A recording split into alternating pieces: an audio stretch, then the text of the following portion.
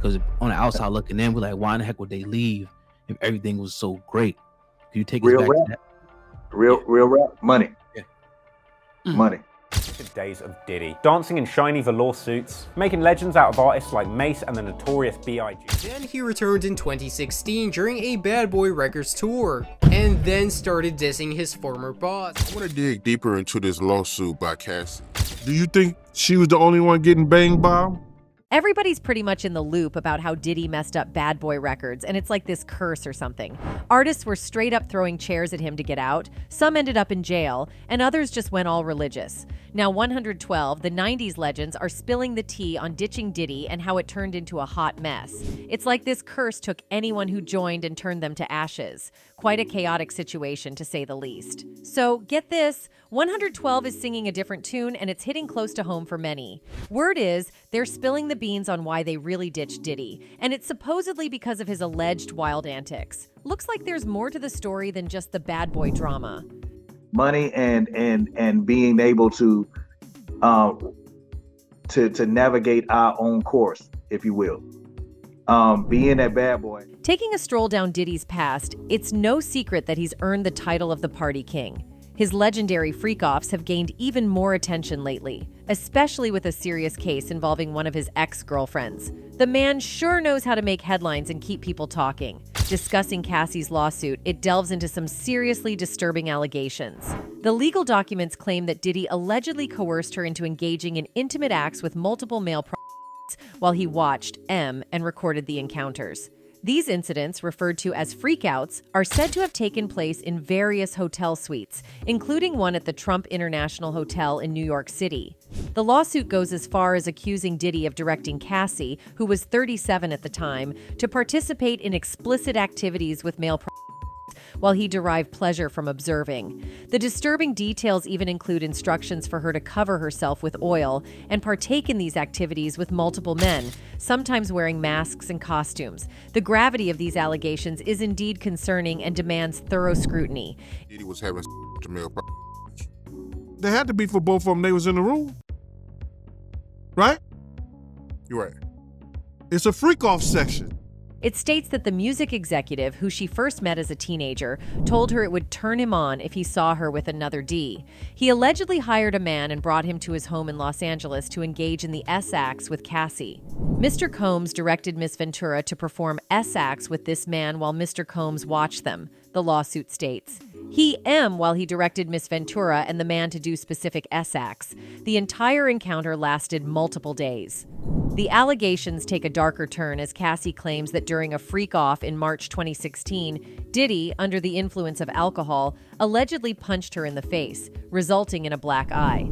According to her account, she tried to leave the hotel room while he was asleep, but upon waking up, he started screaming at her. Reportedly, he grabbed at her, took glass vases from the hallway, and hurled them at her, causing shattered glass to surround them.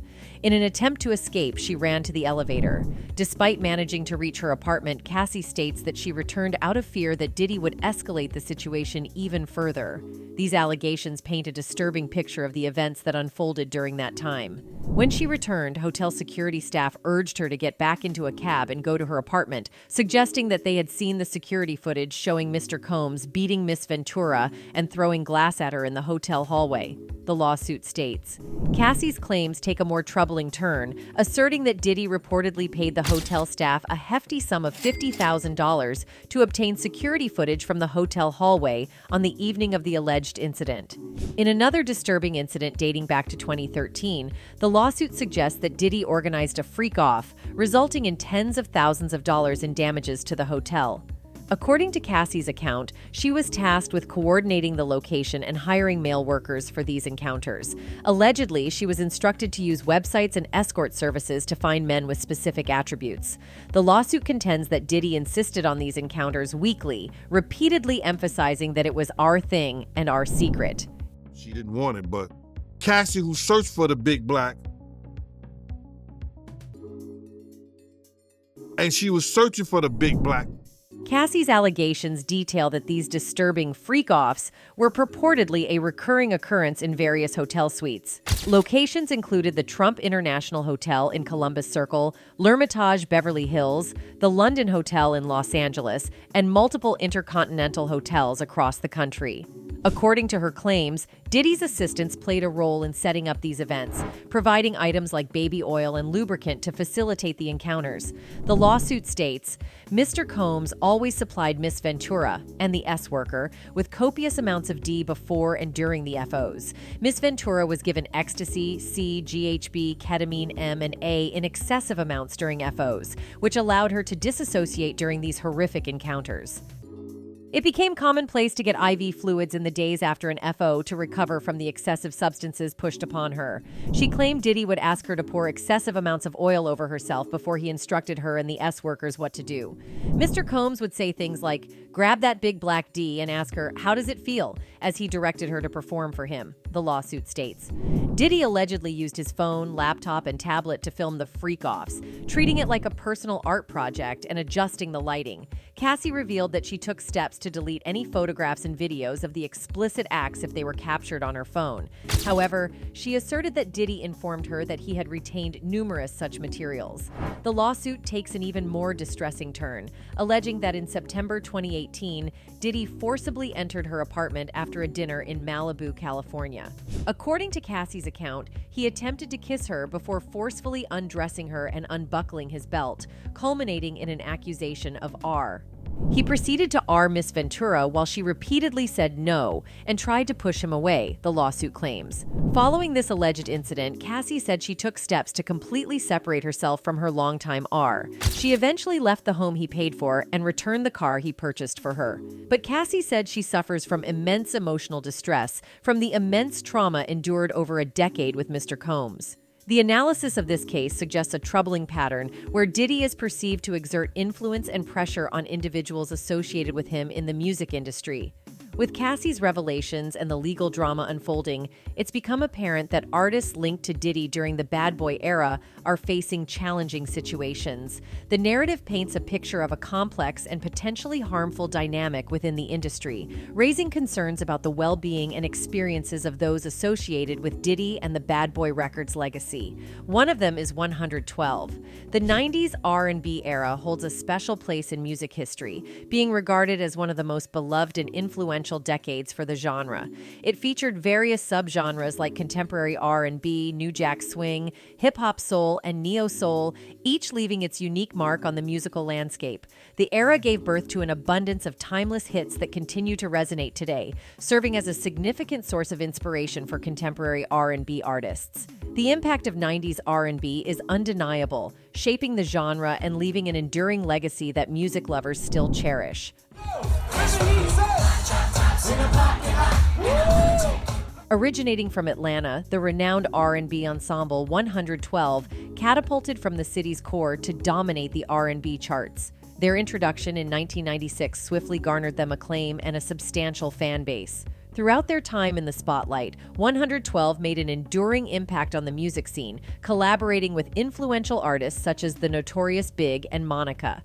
Despite a decline in their widespread popularity in recent years, their legacy remains firmly etched in the annals of music history. Throughout their journey, the group successfully maneuvered through lineup changes and the dynamic shifts in the R&B landscape. Despite these challenges, they consistently mesmerized audiences with enduring classics such as Cupid, It's Over Now, and Peaches and Cream.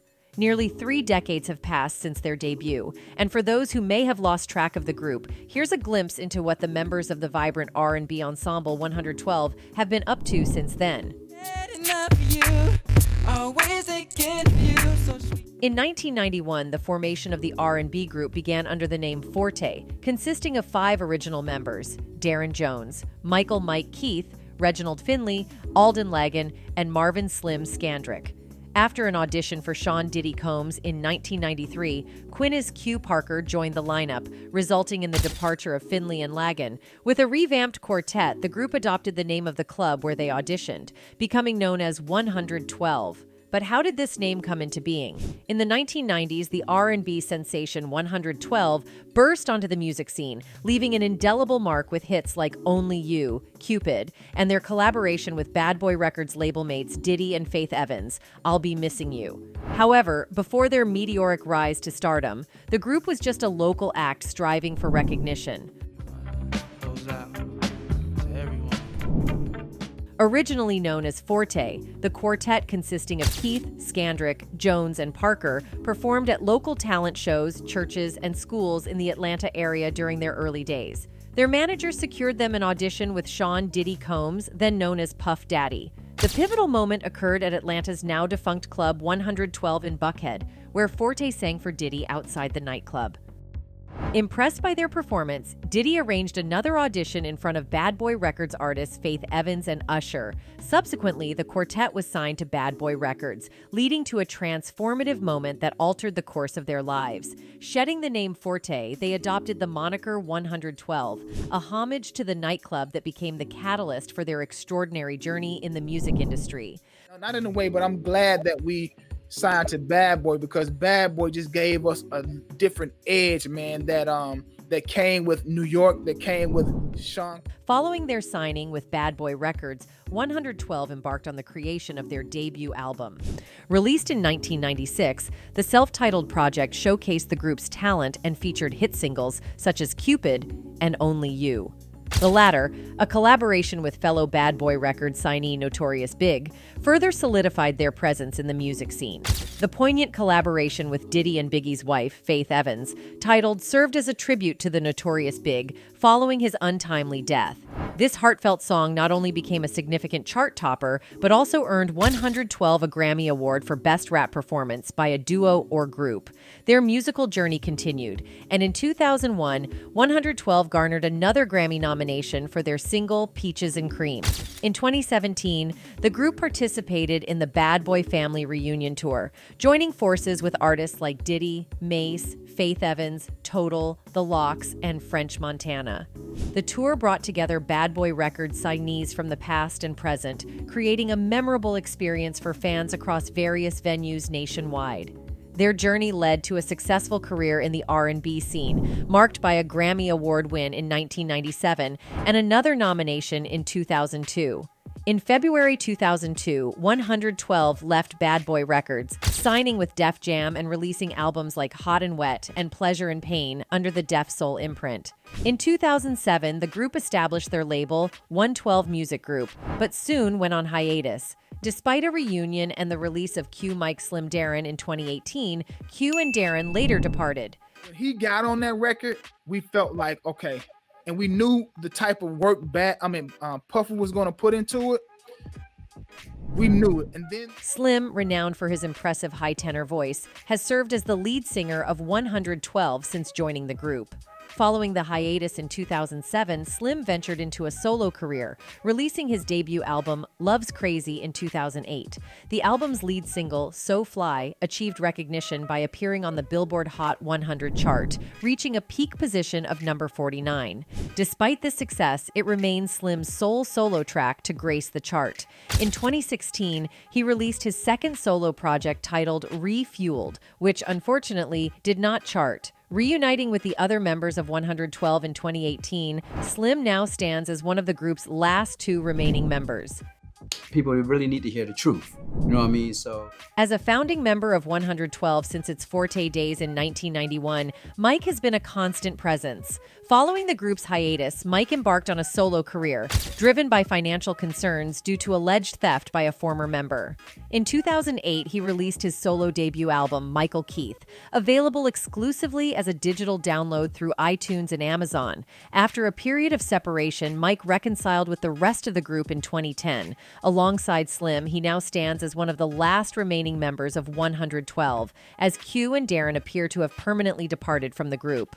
Before officially departing from 112 in 2018, Q had already delved into acting, showcasing his talent in the 2015 film My First Miracle. Subsequently, he continued his foray into the acting world with roles in films such as Cheating in the Next Room and Christmas Ringer.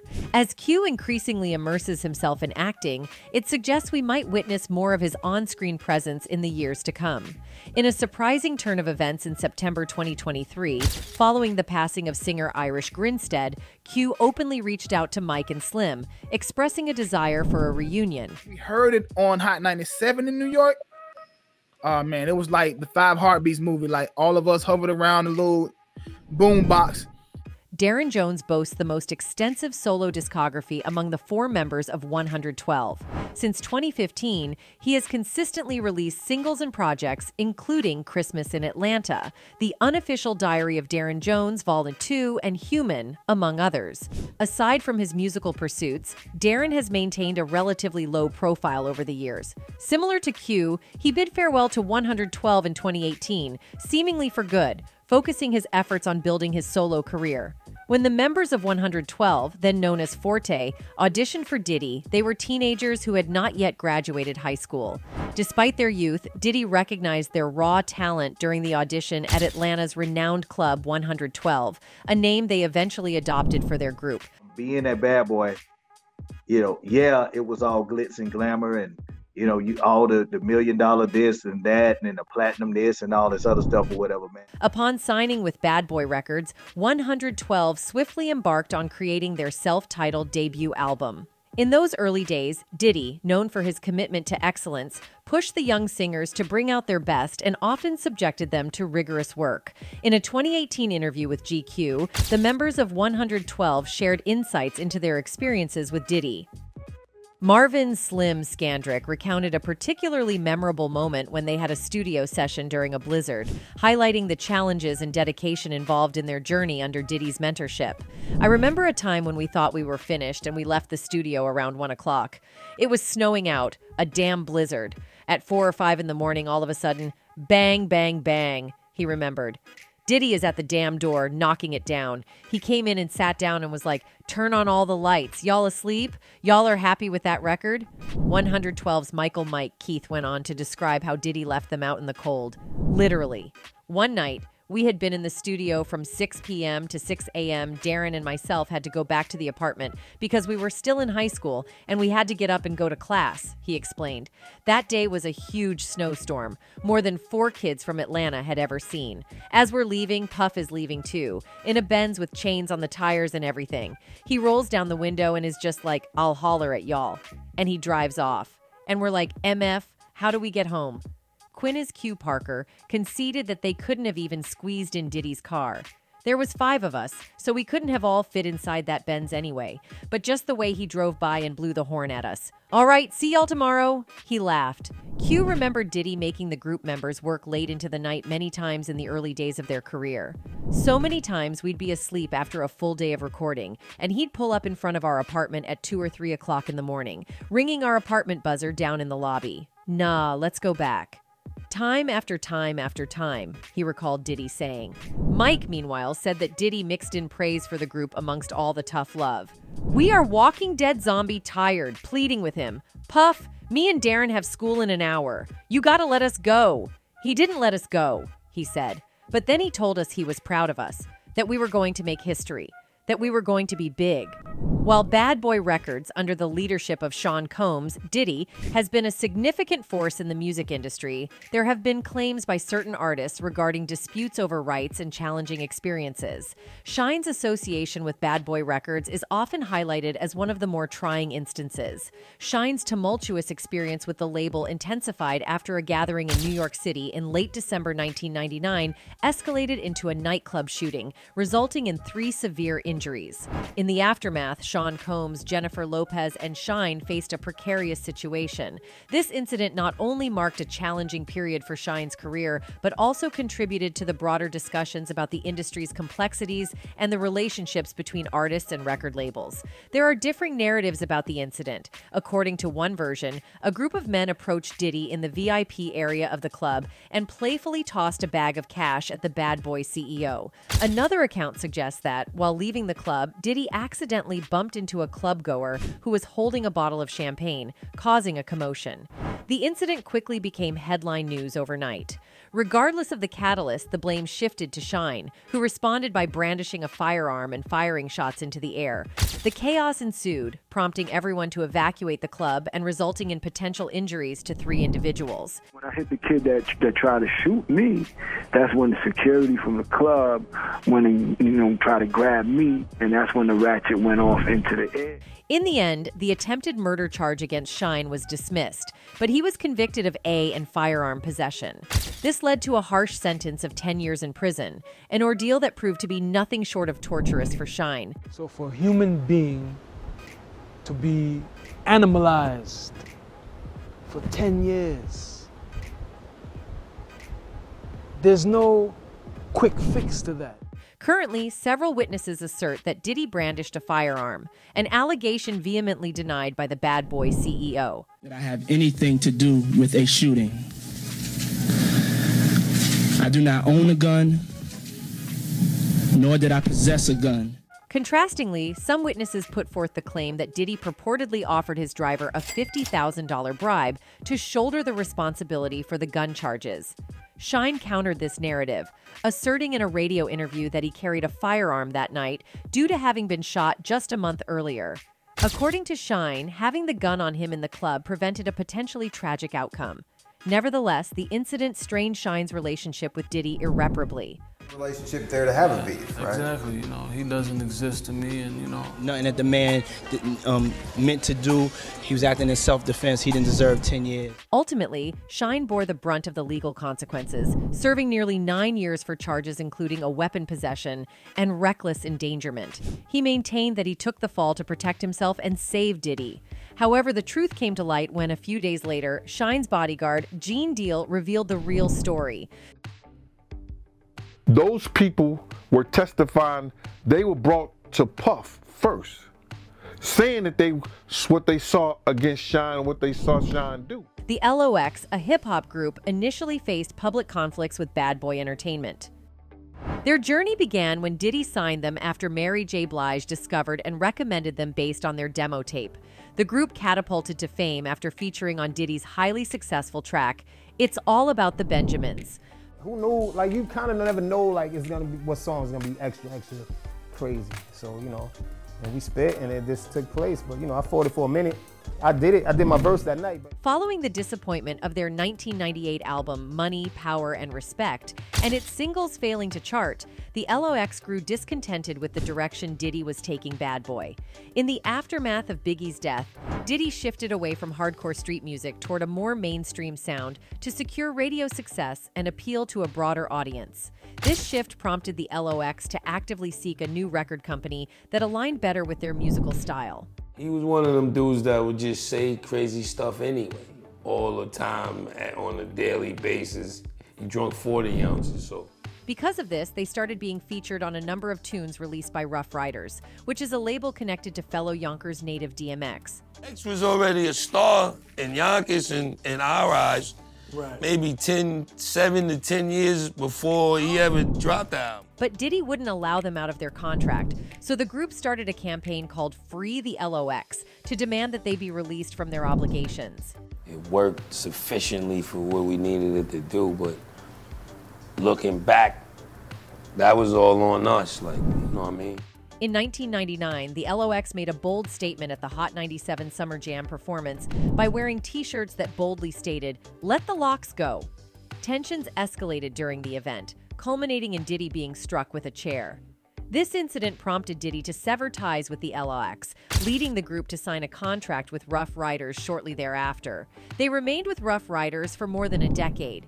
It was probably after the argument with Diddy, when Styles threw the chair at Puff. Oh, I mean, I ain't sure, but that was probably the last. The actual conflict began when the LOX approached Diddy seeking assistance in becoming publishers so they could equitably divide their earnings. They contended that Diddy owned 50% of the publishing company. However, Diddy countered, asserting that he only owned 20% of the LOX and had earned $400,000 from their endeavors, as reported by All Hip Hop. The band's representative promptly refuted Diddy's claim, presenting court documents as evidence. According to the band, imagine working for years and years, hard work, and somebody that has nothing to do with that is getting the bulk of it. You'd be totally, utterly frustrated, and you trying to get around it for years, and you call about it with lawyers, but people are too powerful. The conflict reached a public forum when Diddy, responding to the claims, called into a radio show from his Manhattan office to present his side of the story. We businessmen. We all mature adults. Say all that right there. I'm at my office. Y'all can sit on this interview with her and talk as long as y'all want to talk about it, or you can take the invitation I gave you before. They said, once we decided to go against Diddy, he had the power to block us from ever putting a song out ever again. We didn't have no leverage, really, besides the street. We had mixtapes. We had people behind us who thought we would be great artists in the future. If we're gonna do it, let's do it. But just know it could go all the way bad. According to OK Player, the Lox were eventually released from their deal with Bad Boy after their management company, Rough Riders, paid Sean Combs $2 million to buy them out of the agreement. Additionally, the royalties from Jadakiss's debut solo project, titled Kiss the Game Goodbye, were given to Combs. The New York City rapper from Yonkers also admitted that Combs wasn't being difficult throughout the buyout negotiations, and that he could have made the situation much worse for himself. They said, shout out to Diddy also because he could have played much harder ball than he played, but the public felt something weird during this and came forward to show sympathies to the LOX. One person wrote, "The Lox situation broke my heart. You can hear the pain in their voices. They bought themselves out of the label, but Diddy still profits if they make music SMH wow. Thank you for breaking down the timeline. Never knew the full story." Furthermore, he has been implicated in numerous controversies, including alleged connections to various criminal activities. His name has been prominently featured in discussions surrounding Tupac's life, and he has even been linked to the death of his own wife. As one of the fans wrote, "Look at how many PPL has died around Diddy. His ex-wife's death is suspicious too. He has had to do some bad things to get and stay at the level he's at. He has always been wackeke but thinking he's something special. His alleged infringement on the rights of his own artists, involvement in extravagant parties, and even rumors connecting him to criminal activities, including murders, have provided ample grounds for artists like 112 to sever ties with Diddy." That's it for today. See you in the next video. Until then, goodbye.